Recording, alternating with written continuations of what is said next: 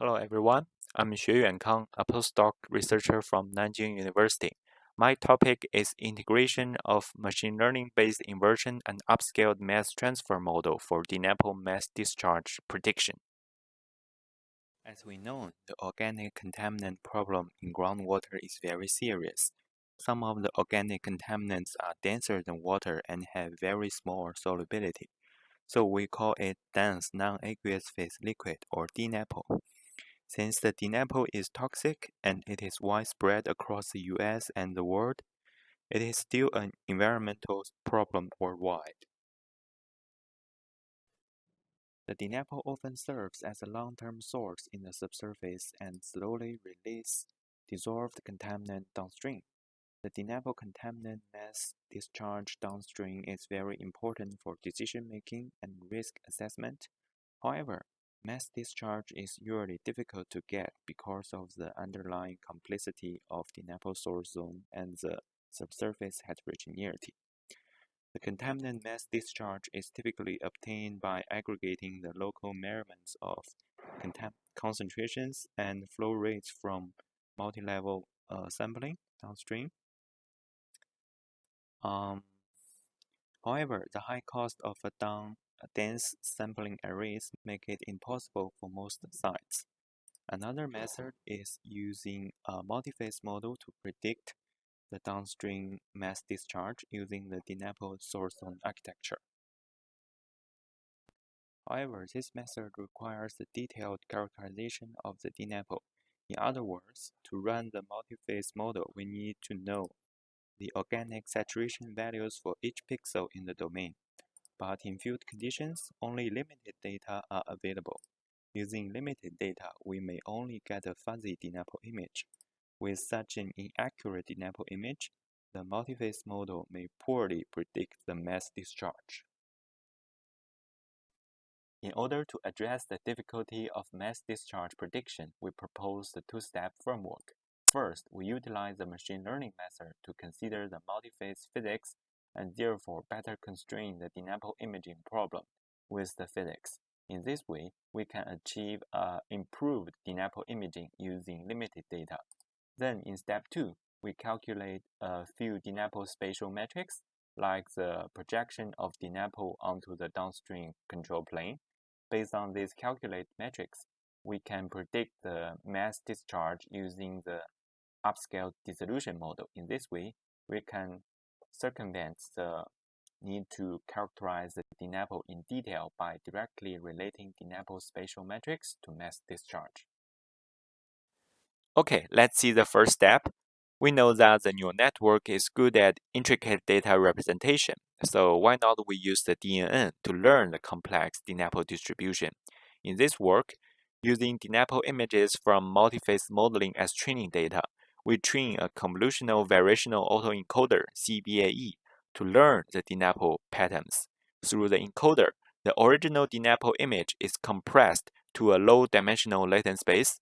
The resulting latent codes follows normal distribution.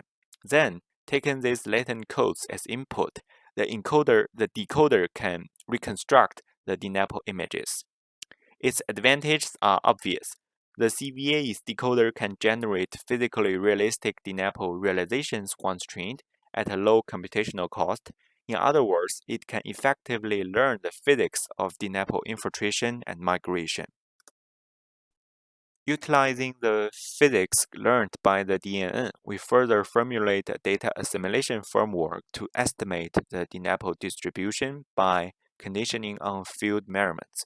In summary, by integrating the physical constraint provided by machine learning and the field data, we can improve the DNAPL characterization in a computational efficient way. In step 2, using the estimated DNAPL image from the previous step as input, we employed the process-based upscaled dissolution model to predict the DNAPL mass discharge.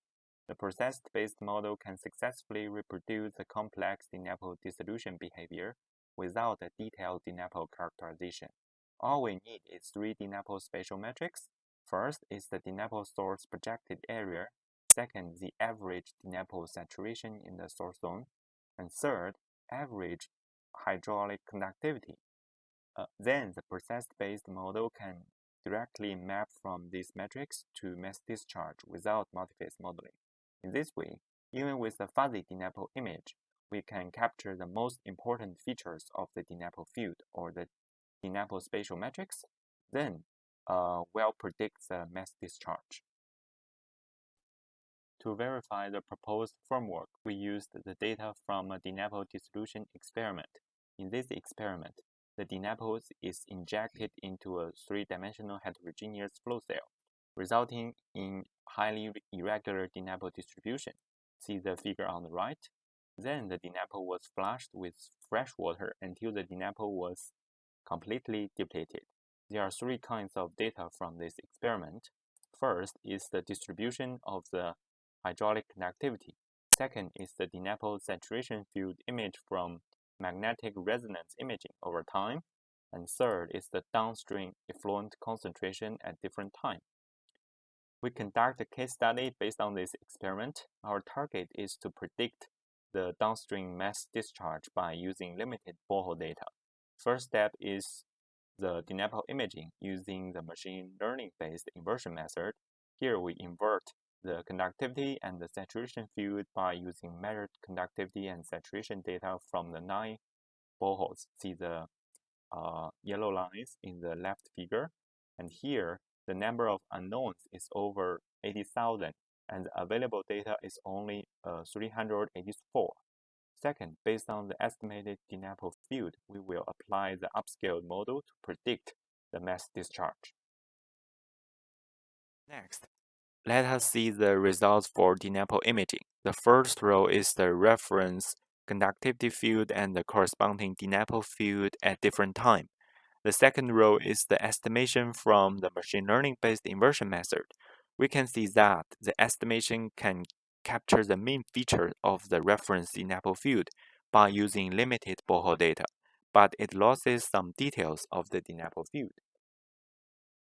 Based on the estimated DNAPL field, we can calculate the spatial metrics. For example, the DNAPL source projected area.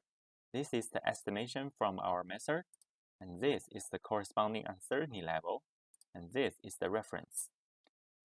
Then, using the upscaled model, we can obtain the mass discharge. This is the prediction from our method, this is the corresponding uncertainty, and this is the measured effluent concentration. We can see that the prediction can successfully reproduce the temperature evolution of the mass discharge, and the measurements are within the prediction uncertainty level. So, by integrating the machine learning-based inversion method and the upscaled model, we can well predict the mass discharge without a detailed characterization of the DNAPL field. Our method can also evaluate the uncertainty of mass discharge prediction. The solid red lines are the probability density of the predicted effluent concentration. The black dotted lines are the reference values. In conclusion, our framework models upscaled mass discharge from the complex DNAPL source zones without multiphase modeling. And multiphase physics can be considered through the machine learning method or the CVAE in a computational efficient way. Our method can well predict the real-time mass discharge and associated uncertainty, which can be used in risk assessment and remediation efforts.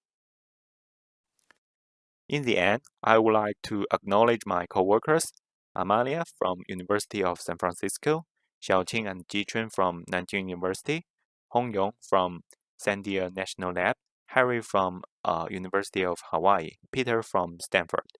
I'm grateful to Hongyong for providing the experiment data used in this work. Thank you for your time.